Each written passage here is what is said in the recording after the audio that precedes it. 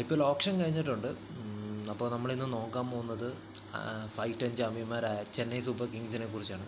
43.40 കോടി കയ്യിലുണ്ടായിരുന്ന Chennai super Kings അവരുടെ സ്ക്വാഡിലേക്ക് 9 പ്ലേയേഴ്സിനെയാണ് ആഡ് ചെയ്തിരിക്കുന്നത്. അപ്പോൾ സോഷ്യൽ മീഡിയയിലൊക്കെ ഇപ്പോൾ പറയുന്നത് ചെന്നൈനെക്കുറിച്ച് പോസിറ്റീവായും നെഗറ്റീവായിട്ടും പറയുന്നുണ്ട്. ഇപ്പോൾ നെഗറ്റീവ് വശം പറയുകയാണെങ്കിൽ ഒരുപാട് വിക്കറ്റ് കീപ്പേഴ്സുമാരുണ്ട്. അപ്പം എന്തിനാണ് ഇതിന് വിക്കറ്റ് കീപ്പർമാർ അങ്ങോട്ടും ഇങ്ങോട്ടും അടിയാണ്, അങ്ങനെയാണ് ഇങ്ങനെയാണെന്നൊക്കെ പറയുന്നുണ്ട്. എന്തെന്ന് ചോദിച്ചു കഴിഞ്ഞാൽ നമ്മളിപ്പോൾ പറയാം, നമ്മൾ ചെന്നൈ ഫാൻ എന്ന നിലയിൽ പറയുകയാണ്, നമ്മുടെ ഈ വർഷം ധോണി അവിടെ ഉണ്ട്. ധോണി ഉള്ളപ്പം വേറൊരു വിക്കറ്റ് കീപ്പറിൻ്റെ ആവശ്യം അവിടെ ഇല്ല. അതായത് നമ്മൾ സമ്മതിക്കത്തില്ല. MS പകരം MS, അതിൻ്റെ മുകളിലേക്കും ഇല്ല താഴോട്ടും ഇല്ല. ആൾ റിട്ടയർഡായിട്ട് ആൾ ചെന്നൈയുടെ മെൻഡറായിട്ട് വന്നു കഴിയുമ്പോഴത്തേക്കും പിന്നെ ഓക്കെ, വിക്കറ്റ് കീപ്പറിനൊക്കെ ആ സമയത്ത് നമുക്ക് പരിഗണിക്കാം. പിന്നെ ഇപ്പം കുറേ കാര്യങ്ങൾ പറയുന്നുണ്ട്. അതായത് കുറേ യങ് ടീമിനെയൊക്കെ ഡെവലപ്പ് ചെയ്ത് വെച്ചിട്ടുണ്ട്. എന്തിനാണെന്നൊന്നും അറിയത്തില്ല. ബോളിങ്ങൊക്കെ വൻ ശോകമാണ്. മാറ്റ് ഹെൻറിനെയൊക്കെ കൊണ്ടുവന്നിരിക്കുന്നത്. അതൊന്നും വലിയ ടീമിന് വലിയ ഗുണം ഉണ്ടാകത്തില്ല. അങ്ങനെ പല കമൻസുകൾ പറയുന്നുണ്ട്. എല്ലാ കമൻസിനുമുള്ള മറുപടി നമുക്ക് ഇപ്പം തന്നെ കൊടുത്തിരിക്കുക. അപ്പം നമ്മൾ ടീമിനെ കുറിച്ച് പറയുകയാണെങ്കിൽ 9 പ്ലേയേഴ്സിനാണ് സൈൻ ചെയ്തിരിക്കുന്നത്. മാറ്റ് ഹെൻറി, സർഫറാസ് ഖാൻ, പിന്നെ 2 അൺക്യാപ്പ് പ്ലേയേഴ്സ് ആയിട്ടുള്ള നമ്മുടെ പ്രശാന്ത് വീറും കാർത്തിക് ശർമ്മയെന്നും പറയുന്ന ആൾ വന്നിട്ടുണ്ട്. പിന്നെ നമുക്കെല്ലാവർക്കും അറിയാം അഖിൽ ഹുസൈൻ വന്നിട്ടുണ്ട്.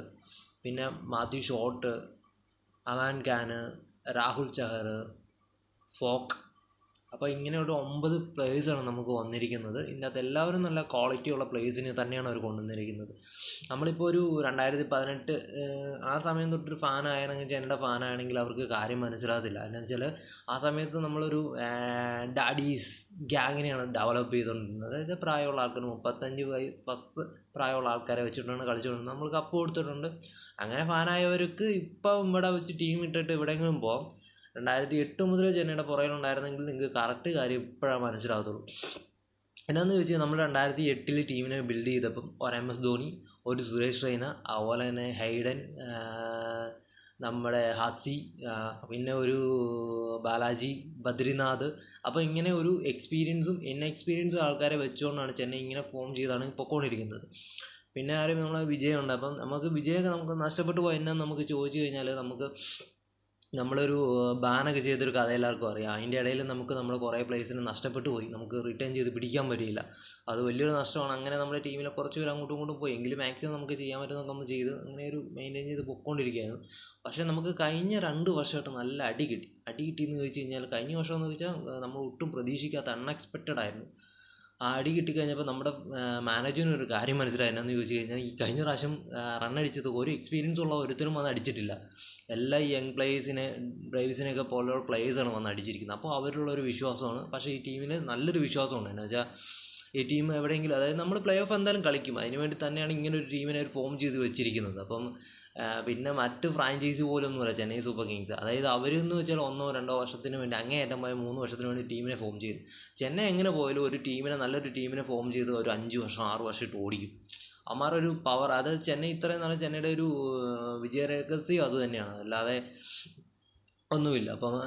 അപ്പോൾ ഇത്രയൊക്കെയാണ് നമ്മുടെ ടീം വന്നിരിക്കുന്നത്. പിന്നെ നമ്മുടെ ടീമിൽ നമ്മൾ പിടിച്ചു വെച്ചിരിക്കുന്ന ആൾക്കാരുണ്ട്.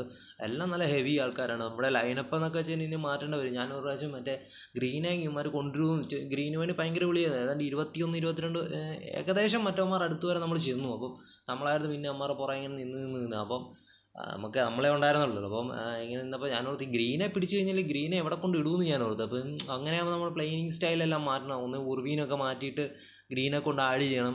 അല്ലെങ്കിൽ ആരെയും പ്ലേയിങ്ങിൽ ഭയങ്കര മാറ്റങ്ങൾ വരും ഒക്കെ പ്രതീക്ഷിച്ചു. പക്ഷേ അങ്ങനെ സംഭവിച്ചില്ല. പിന്നെ അതിനെക്കുറിച്ച് ടെൻഷൻ അടിക്കേണ്ട കാര്യമില്ല. പിന്നെ നമുക്ക് ഏറ്റവും ഗുണമുള്ള ഒരു കാര്യം എന്ന് വെച്ചാൽ രാഹുൽ ചഹർ വന്നിട്ടുണ്ട്. നമ്മുടെ ദേഹ് ചഹർ പോയപ്പോൾ രാഹുൽ ചഹറിനെ കൊടുത്തിട്ടുണ്ട്. അവൻ പോയ അവിടെ എന്നുവെച്ചാൽ അവൾ പോയാൽ അവിടെ സഹോദരനെ കൊണ്ടുവരുമെന്ന് പറയുന്ന പോലെ അവൻ പോയാൽ അവൻ്റെ അനിയനെ നമ്മളിവിടെ കൊണ്ടുവന്നിട്ടുണ്ട്. അടുത്ത പ്രാവശ്യം നമുക്ക് നമ്മുടെ ചെറിയനെയും കൂടെ ആഡ് ചെയ്യാൻ പറ്റുമെന്ന് വിശ്വസിക്കുന്നു. എന്തായാലും നല്ലൊരു ടീമാണ്. ഈ ടീമിൽ എനിക്കൊരു വിശ്വാസമുണ്ട്.